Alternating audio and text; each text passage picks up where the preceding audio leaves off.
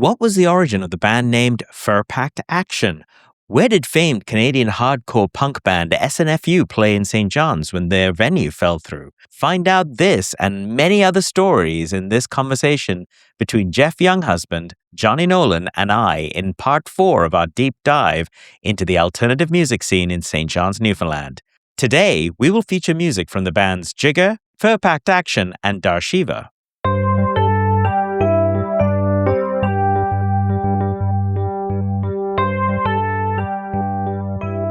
Welcome to Tales Under the Cat Tree. I'm your host, Dupes, and these are tales by humans for humans. After all, words and stories are what give meaning to the worlds we live in.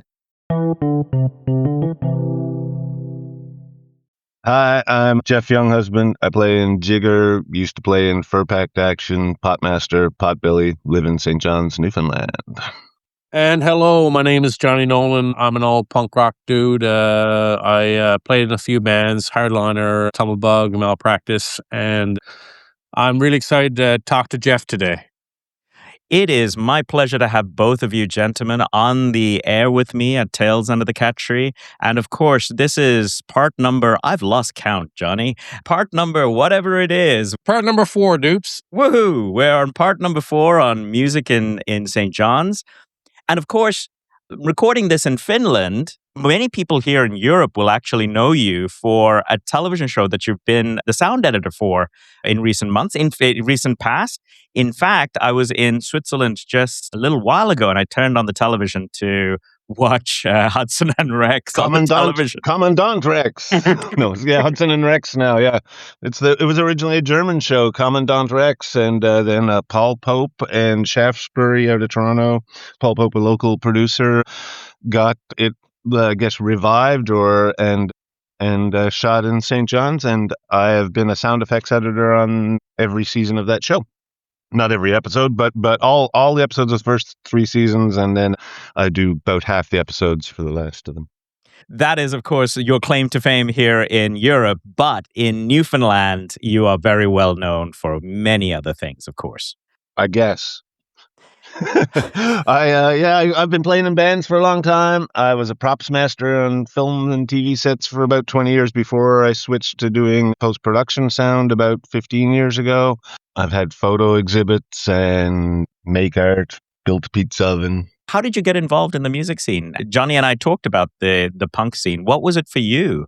I guess I discovered punk rock in sort of the beginning of grade 11. I met Ken Tizard, who people may know from The Watchmen and his solo music and stuff. And then a couple of guys, and I went to my first all ages show in fall of 1985, or maybe it was spring of 86, spring of 86, I would think.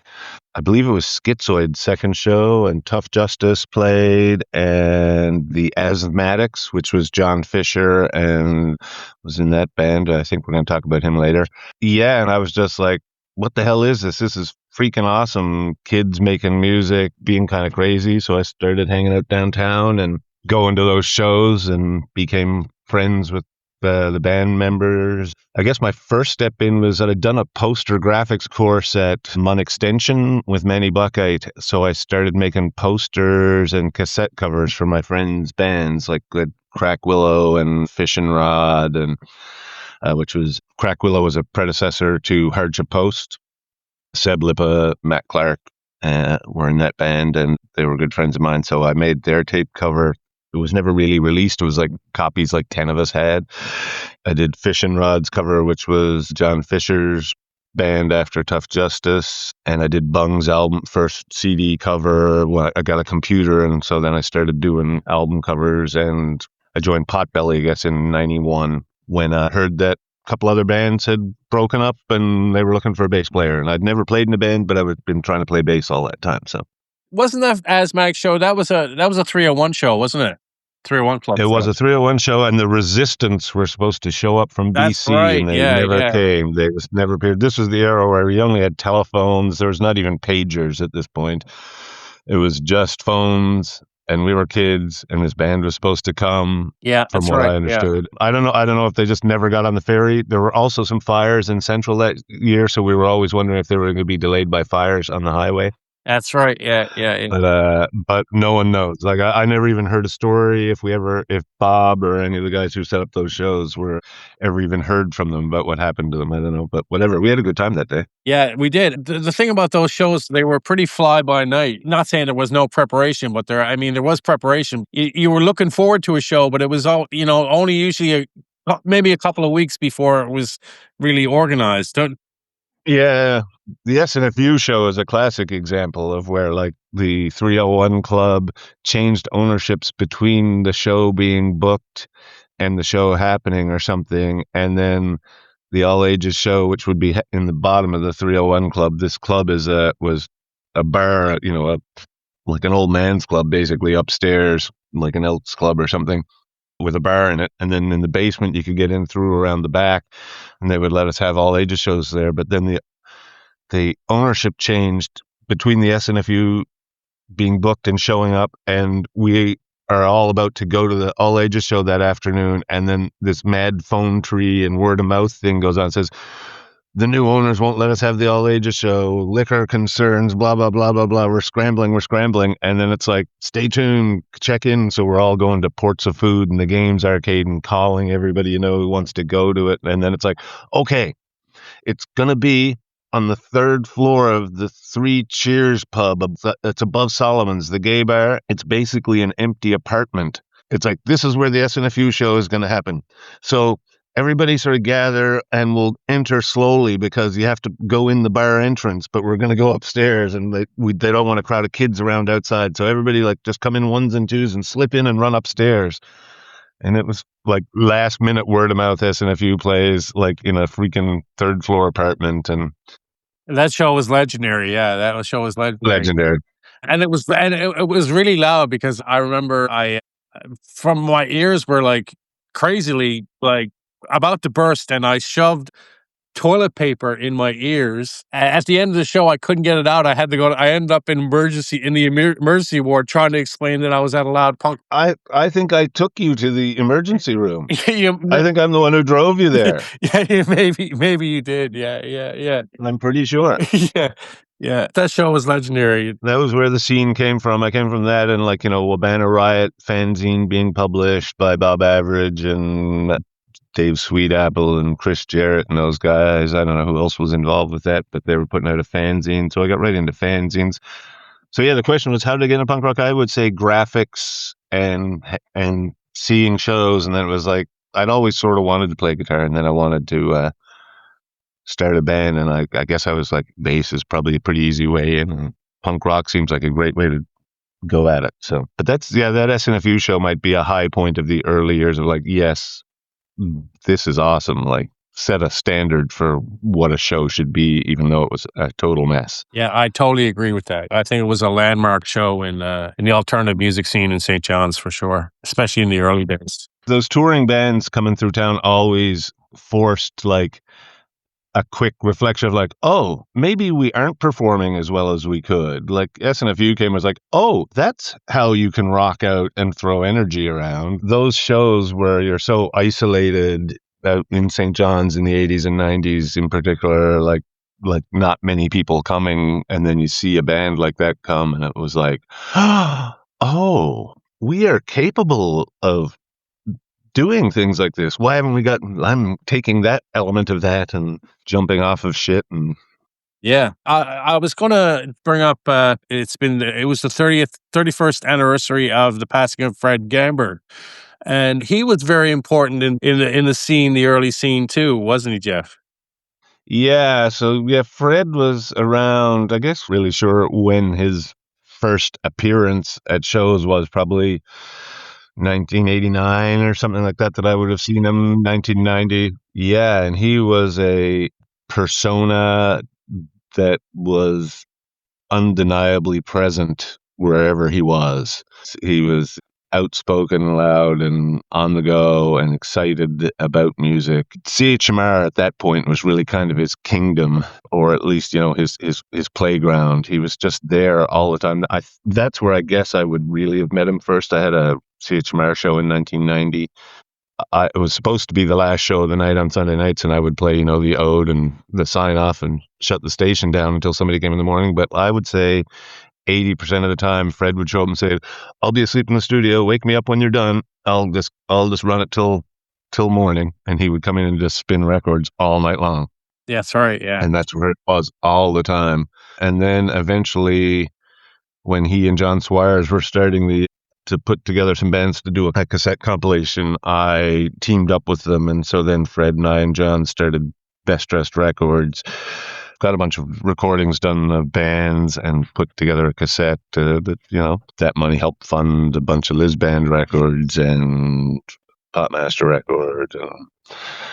Geoff, do you remember who was on that first cassette? The Danger Falling Rock tape. Oh my God. It had so many bands that barely ever even played a show.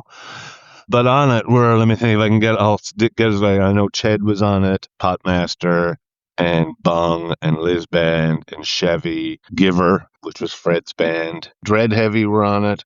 About 12 bands again, 10 or 12 bands on a cassette. And did you record that at a studio, or did you just put it together somewhere? We got Wallace Hammond to come to our jam space for a couple of days, and then bands paid $100, and we gave them 3 hours or something, or 2 hours, and they would come in and record.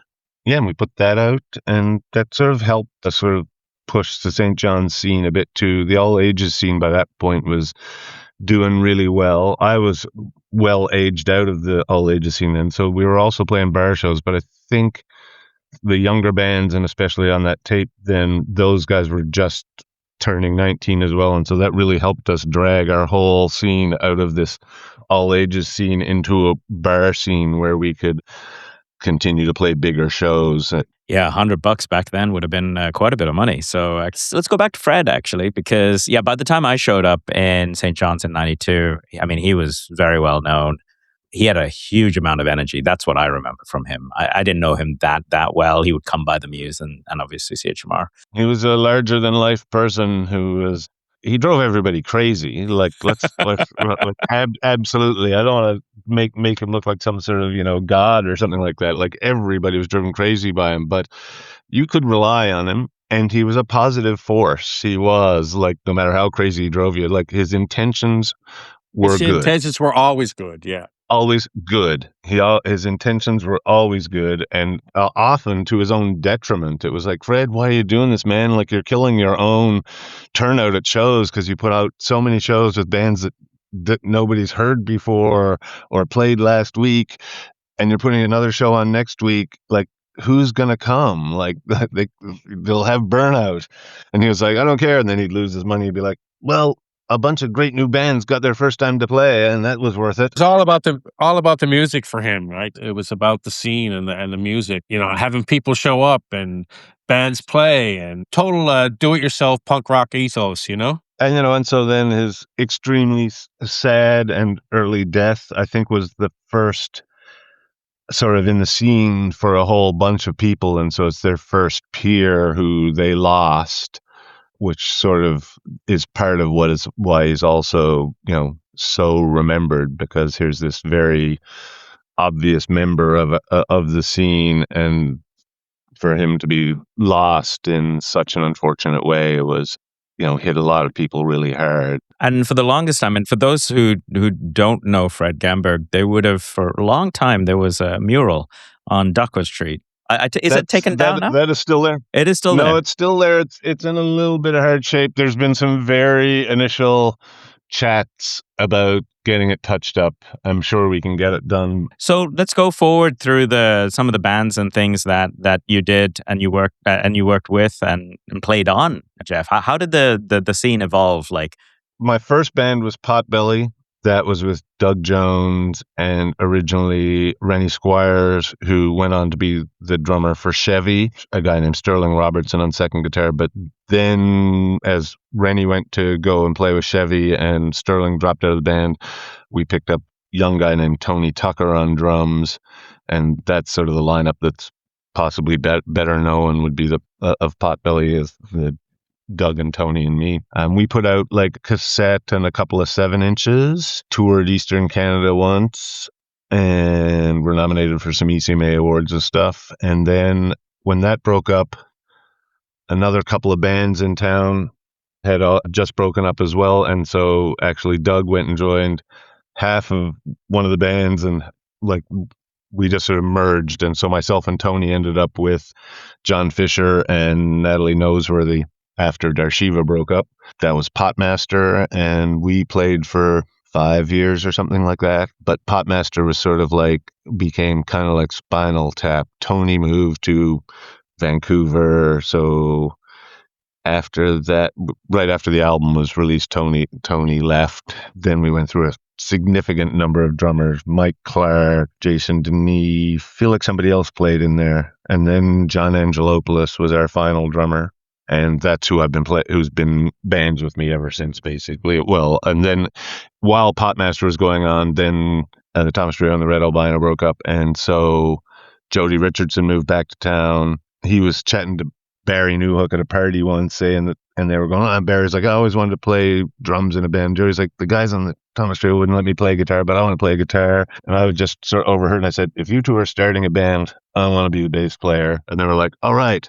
And I can't remember, it was only a week or two later we started jamming, and that's where Furpack started in 95. It was all just a blast. The Furpack thing was all like, this is about fun. This isn't about like, being, serious. So we were constantly performing out of our league, like writing songs that we couldn't play. And if they crashed and burned, our big thing was like, we would crash a song. We just like, what line did we finish on? And we would just pick it up on the line, middle of the verse, wherever the spot it crashed and burned, and then we would laugh and we'd just go on. And I don't know what it was, or even while doing that, people were like, you got to come see this band, and people started showing up. Geoff, is there a Furpack track that you'd like for us to play on the podcast? All the first songs were ultimately jokes. Like they all had big jokes in them, and like we were just trying to be funny and punky and wacky. And then Jody came in with Employee of the Month, and we went, well, this is still funny, but so true and real and heartfelt. And we were like, oh my God, we can write real songs. And to this day, and for the life of the band, it was one of the most popular songs. So why don't we play that one? From 6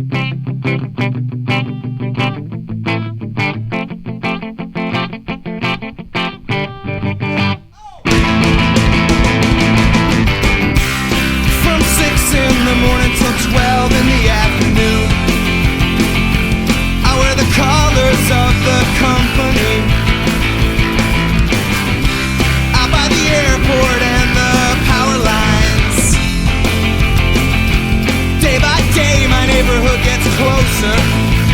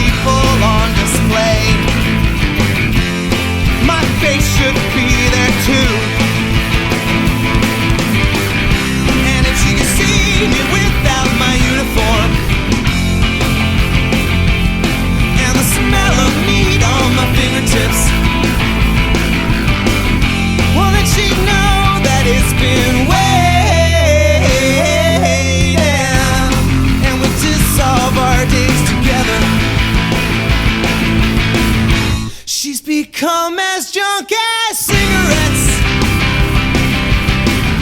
and I can't find a way to let it go.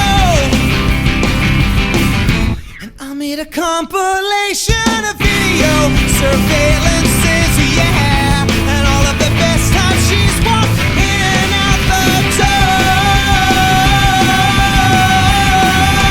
Yeah, or if she can see me without my uniform. Oh, the smell of meat on my fingertips. Well, then she'd know that it's been waiting, and we dissolve our days together.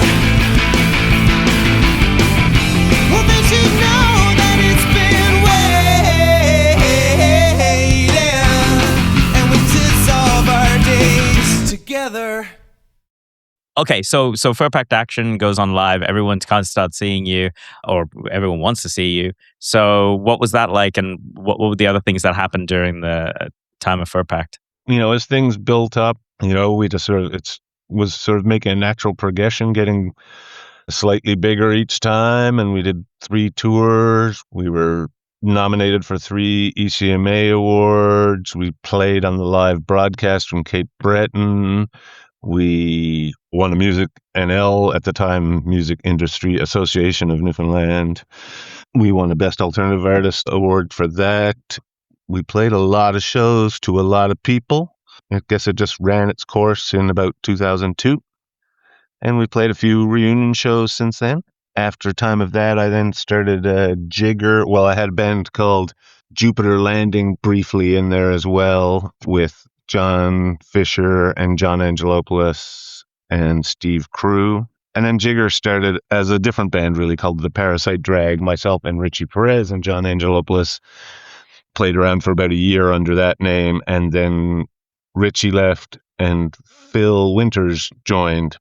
And Phil's been, he was guitar player in Bung and Schizoid, and has been a friend of mine since high school. We always were a bit worried about playing together because we were such good friends that would adding the band into it, could that mess that up? But I guess here we are 24 years later, and we realized that didn't mess anything up. And we were jamming at Don Ellis's house all the time, just because we're friends with him. And Don started showing up and plugging in his guitar in the hallway, and we're like, "Why are you in the hallway, dude? Come in and play with us." And he's like, then we're like, "So the gig's this weekend, Don, are you coming?" And he's like, "Am I in the band?" Like, "Yes, Don, you're in the fucking room. Join the band. Come play with us." And so here we are, 24 years and 2 albums later in Jigger. Yeah, you just put a record out, in the last year, I guess? A year and a half ago, yeah. It's called The Night of the Diving Lead. Do you want to have a track from either latest or past Jigger songs so I can put it on there? I would love something from The Night of the Diving Lead to be on there. Sure. You choose one and introduce it. Well, I got a quick thought about which one I want to play now. You know what I'm going to say? I'm going to pick Silver Bullet. I had this riff. Actually, I wrote this riff, I think, around the time of Potmaster, near the end of Potmaster, and it just lurked in the back of my brain for a while. A couple of the songs on this album were revived from riffs that had just lived in my brain and never made it out. This is one of them, and it got adjusted a little bit as it got rewritten, and it's sort of, I'm not sure, it's either about a lost dog or it's about werewolves or domestic abuse, even though that all is sort of messy sounding. It's a fun song, and I like it. It's called Silver Bullet.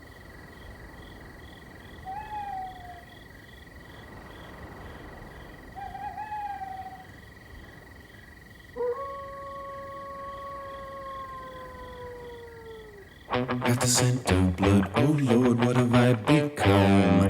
What have I become, oh Lord, at the scent of blood? At the scent of blood, oh Lord, what have I become? What have I become, oh Lord, at the scent of blood? What have I become?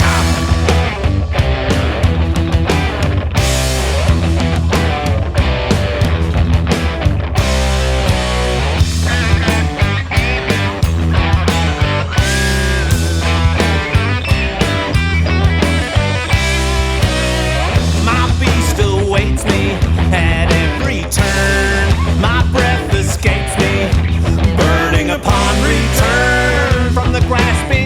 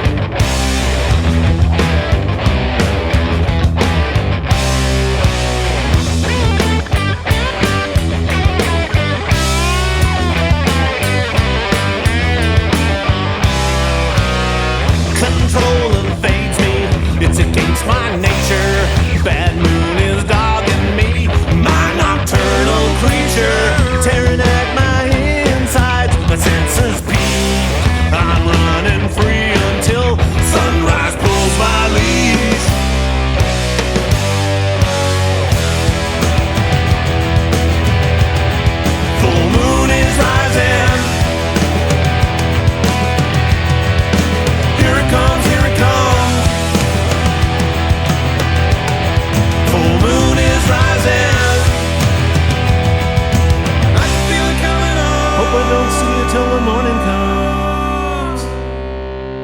I'm a lone wolf, and tonight I'm looking for the leader of the pack. And I howl out, but my voice echoes lonely through the night. And I'm running, and I'm jumping, I must be chasing something. And I'm hunting, and I'm hungry, there must be something out there for me.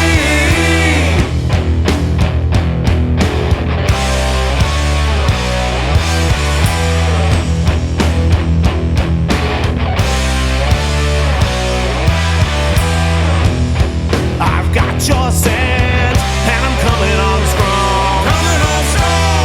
I've got till sunrise, but I don't need that long.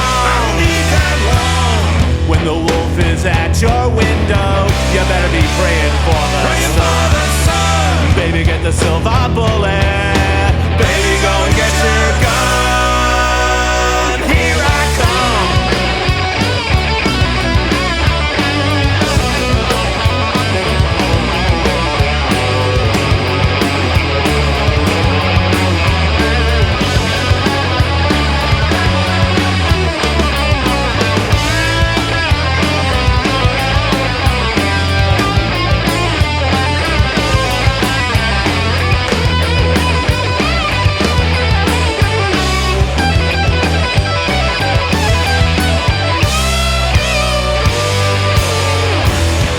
All lips and teeth and tongue. Here I come, here I come. And the lust for blood. Here I come, here I come. Close the windows, leave no locks undone. Here I come. 'Cause you don't know the things I've done, hidden from the sun. Here it comes, here it comes.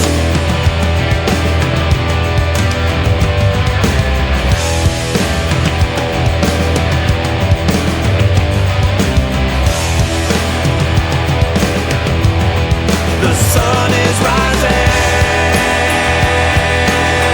I can feel it. I can feel it. I can feel it coming up. I can feel it coming up. Here it comes. Here it comes. Here it comes. Here it comes. I can feel it. I can feel it. I can feel it coming up. I can feel it coming up. Here it comes. Here it comes, here it comes, here it comes, here it comes. The sun is rising. We made it through another month. We lived through another one. Baby, put away your gun.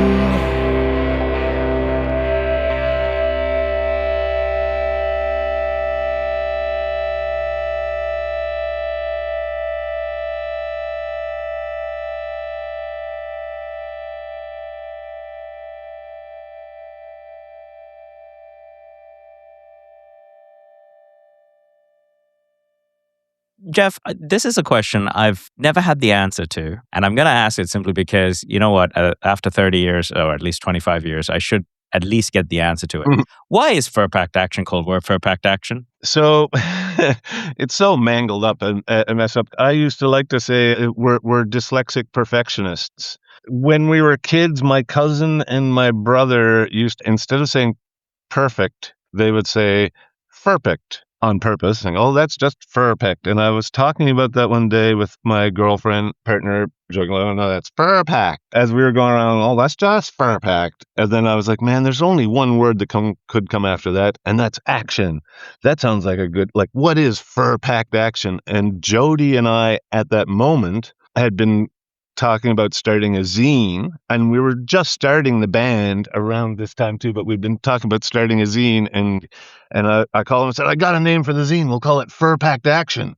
And then a week later we're like, no, that's the name of the band, man. And so that's where it came from. That is perfect. Do you know, I had so many other thoughts in my head when I first saw Fur-Packed Action, and it was not that. But I'm sure I think that's the beauty of it, Dupes. Yeah. That's the beauty of it. Like, what is it? What the hell is it? They always want to go to it's dirty, and it's like, really? It's like, Well, that just shows you humans, right?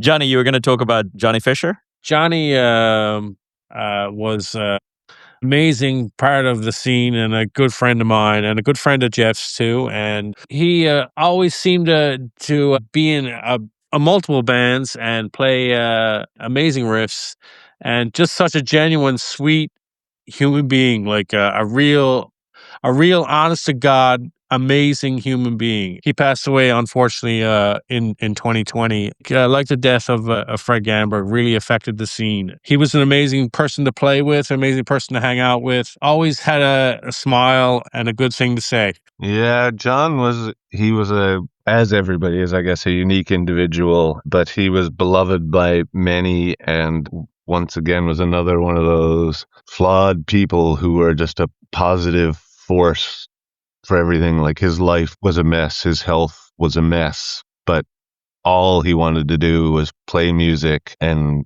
go to shows. That was a great part about him, and he was a fantastic guitar player in a very unique way, and he was at the forefront of playing around with, like digital modeling amps and guitar synthesizing things that he could make his guitar do weird stuff, and he just loved making big textures, and he was in many seminal bands and leading bands of the hardcore punk and alternative scenes right from the get-go. He was in Tough Justice, the Asthmatics.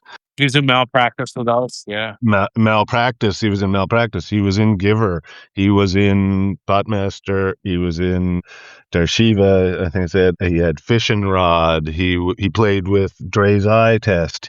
He played then with Last Soul Down was his long running band at the end that also, like Potmaster, just churned through other people in the band. It was basically John, and then he had the Potholes he played in. I mean, it's just so many. Do you think we should play maybe a Darshiva track or something? Oh man, if you got a Darshiva one, Gatekeeper or something like that, would be great to hear.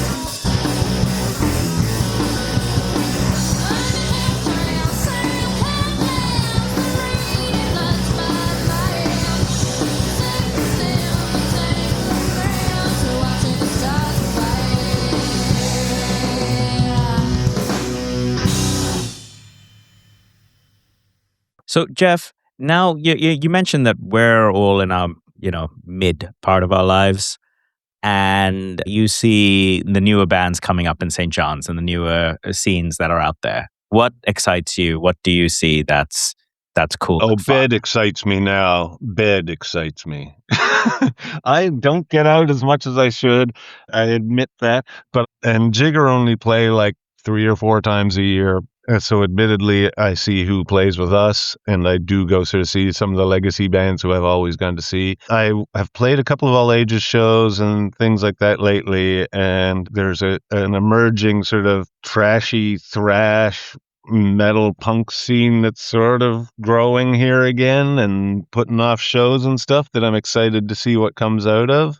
I think it's thriving. I think it's thriving quite well, yeah. But I mean, I love the new Puce record. That's great. These are guys who've been around the scene for a while. The Sea Dogs albums are still great, and Hag would be who I'd say my favorite band, even though once again they're not super new. They sort of disappeared for a long time and reappeared. They're a sort of doom band with this fantastic woman up front who just can howl and drag emotion and screams out of her like nobody's business. So really exciting band, Hag. What else is exciting you from the music scene? I mean, not necessarily music or bands, but some of the things you're looking forward to doing or getting involved in this next 6 months to a year.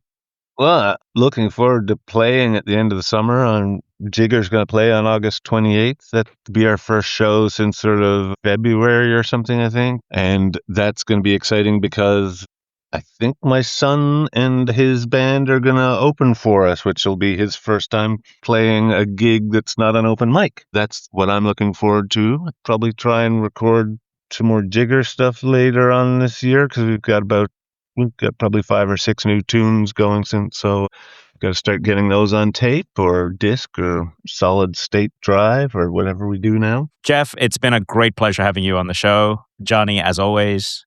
Thanks, dudes. Yeah, thanks for having me. Thank you to Geoff Younghusband for taking time out from his busy schedule to come on the show. As always, thank you to my musical partner in crime, Johnny Nolan. Without you, Johnny, these episodes would just not be possible.